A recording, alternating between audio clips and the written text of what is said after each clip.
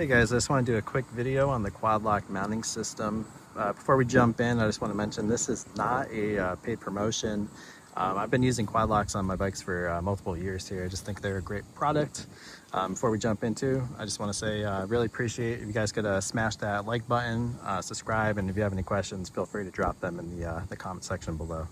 With that said, we'll jump right in here, guys. So I have the quad lock with the wireless charging head here. I'm mounted on my R1250 GS Adventure. If you have a motorcycle and you already have a USB, let me zoom in here for you guys, outlet on it, just double check with your manufacturer or test that outlet. Make sure it's not always a live outlet. In the case on the GS here, that outlet automatically goes out after a few minutes of turning the bike on and off, which is nice. You're not going to find yourself draining the battery accidentally by using this. So, and this is the Pro. It's the handlebar mount. I have seen variant mounts of people using them. They'll get mirror mounts and they'll actually replace the GPS unit here on their bike and mount it up here. I kind of find that to be a sweet spot. The nice thing about having these is they just use a case on the phone. So if you have multiple applications, e-bikes or just anything else too, no matter if you have the normal mount or the wireless charging head, everything's compatible, which is really nice. So with that said, I just have it mounted. I have the vibration dampener underneath. Highly suggest picking one of those up just for peace of mind. Depending on your bike, I mean, a lot of motorcycles seem to vibrate, especially at idles. You just want to make sure you're not damaging anything on your camera or your phone, any kind of sensors with that. So just depending on your application, just measure out your handlebars. I believe there's 2 options you can get for this. I think this is the, pretty sure this is the Pro version of it. Yeah, this being the Pro here, so it's very easy. Just a couple bolts here, one there. Vibration and everything just screws right in together. They give you all the parts that you need. In this case on the GS, I didn't even have to get the smart adapter. But if you do have to use one of those, let me actually show a clip on my other motorcycle because I have that utilized here. So I'll cut over to that. All right, and here for reference is that smart adapter I was talking about. So I just have it connected in with your standard SAE connections on my battery. Goes in, has an adapter. I just have the cables fed through. And then it's a switch, it's a 3-way switch here. So it has an auto, off and on. And when you have it on auto, it will automatically kill the power to the charging unit head when the battery hits that threshold on the voltage.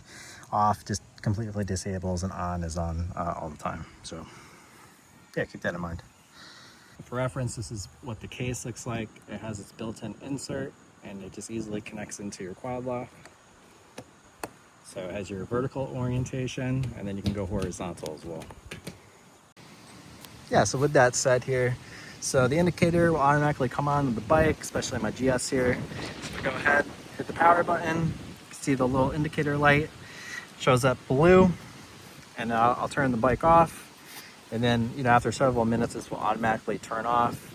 Definitely double check if you're going to install one of these that, especially with the smart adapter, that it's not draining the battery, and that does actually cut off after it hits that certain voltage on your battery. So yeah, it's a great product. So I'll show you guys what it looks like on the bike here.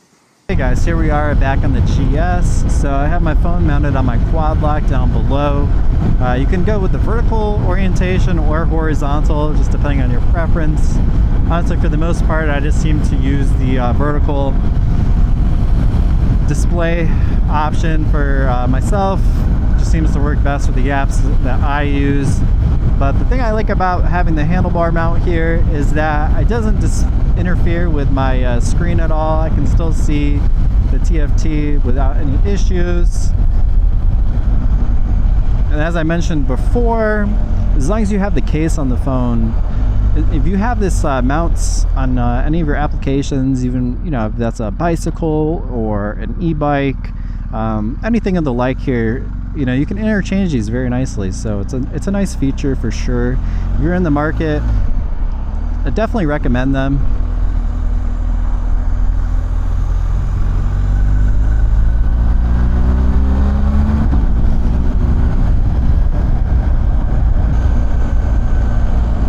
So with that said, I really appreciate you guys for watching.